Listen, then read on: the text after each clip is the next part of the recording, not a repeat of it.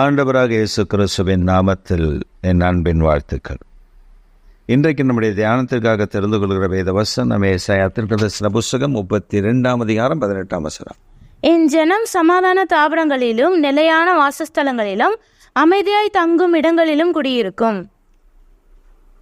என் ஜனம் சமாதான தாவரங்கள் அமைதியாய் தங்கும் இடங்களிலும் குடியிருக்கும். ஆம் பிரியமானவர்களே, தேவன் நம்மோடு கூட இருக்கும் பொழுது அவர்களுக்கு சமாதானம் அவருடைய வாசஸ்தலங்களை சூழ்ந்திருக்கும். இதைத்தான் சங்கீதக்காரர் சொல்லும் பொழுது சொல்லுகிறார், உன் அலங்கத்திற்குள்ளே சமாதானமும் உன் அரண்மனைக்குள்ளே சுகமும் இருப்பதாக. பிரியமான கர்த்தருடைய பிள்ளைகளே, ஆண்டவர் உங்களையும் என்னையும் பார்த்து தான் சொல்லுகிறார், சமாதானமாய் தங்குவார்கள்.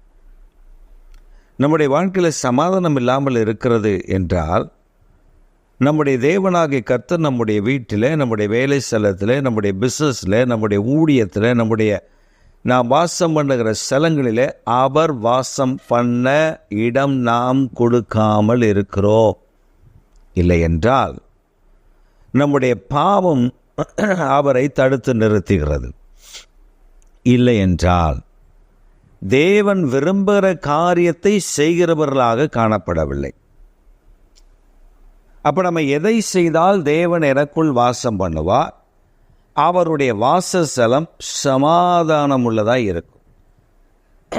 இஸ்ரவேல் ஜனங்களை மிக அழகாக வழி நடத்தினார். எதிராளிகள் இருந்தார்கள், துன்பப்படுத்துகிறவர்கள் இருந்தார்கள், வேதனைப்படுத்துகிறவர்கள் இருந்தார்கள்.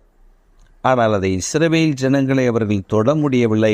அவர்கள் ஒன்றும் அவர்களை செய்ய முடியவில்லை. காரணம் என்ன தெரியுமா? அவர்கள் நடுவில் கர்த்தர் உலாவினார். இஸ்ரவேல் ஜனங்களை வழிநடத்தின கர்த்தர் சொன்ன ஒரு காரியம், பகலில் மேகஸ்தம்பம் இரவில் அக்னி சம்பவமாய் நான் இருப்பேன், உன் வாசஸ்தலம் எங்கும் நான் உலாவுவேன், உனக்கு சமாதான தாபரங்களில் உன்னை தங்கும்படி நான் சமாதானத்தை கட்டளையிடும்படி உன் எல்லைகள் எல்லாம் நான் உலாவி வருவேன் என்று சொன்னான். இப்படி கர்த்தர் எல்லைகள் எல்லாம் உலாவும் போது என்ன நடக்கிறது? பிழையாம் என்று சொல்லுகிறவன் வந்து நிற்கிறான். பாலாக்கு பிழையாம் இடத்துல சொல்லுகிறான், இந்த ஜனத்தை சபிக்க வேண்டும். பாலாக் பார்க்கிறான் பிழையாமுடைய முகத்தை, இவன் சபிப்பான் என்று. பிழையாமோ அவன் அஞ்சனம் பார்க்கும்படி போய் நின்றுவிட்டு திரும்ப வந்து சொல்லுகிறார், தேவன் ஆசீர்வதிக்கிற ஜனத்தை நான் எப்படி சபிக்க முடியும்? How could it is possible? If God wants to bless his people, God chosen a people, a clan, a group of people. How can a man, how can a witch, how can a black magic affect the people? We cannot touch them. அவர்களை தொட்டுவிட முடியாது என்று சொல்லுகிறார். நான் அவர்களை சமிக்க முடியாது என்று சொல்லுகிறார். இதுதாங்க ரகசியம். அவர் உங்கள் வாசஸ்தலங்களில் உலாவினார். வேற எப்படி அந்த வாசஸ்தலத்தில் கோபம் வந்தது? பாவம் உட்பிரவேசிக்கும் பொழுது, விக்கிரங்களுக்கு படைக்கப்பட்டதை சாப்பிட்ட பொழுது, அங்கே விபச்சாரம் தலை ஓங்கின பொழுது. இதையெல்லாம் நீங்கள் வேதத்தில் என்னாகமத்தின் புத்தகம் 25 அதிகாரம் 1 வசனத்திலிருந்து வாசிக்க முடியும். என்னாகமத்தின் புத்தகம் 23, 24 வாசிக்கும் பொழுது அவனால் ஒன்றும் செய்துவிட முடியவில்லை.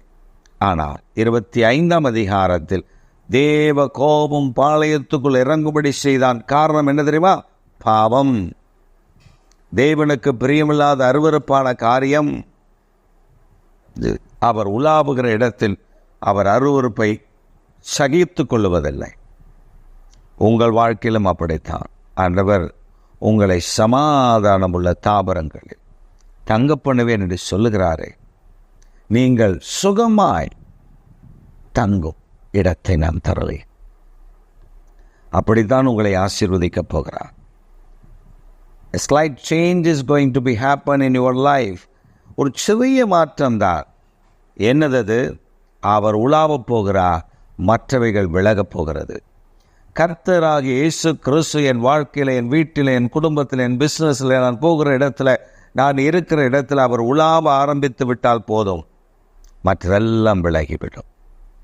என் வாழ்க்கை சமாதானமாய் மாறிவிடும். இதை கர்த்தர் உங்களுக்கு தரப்போகிறார்.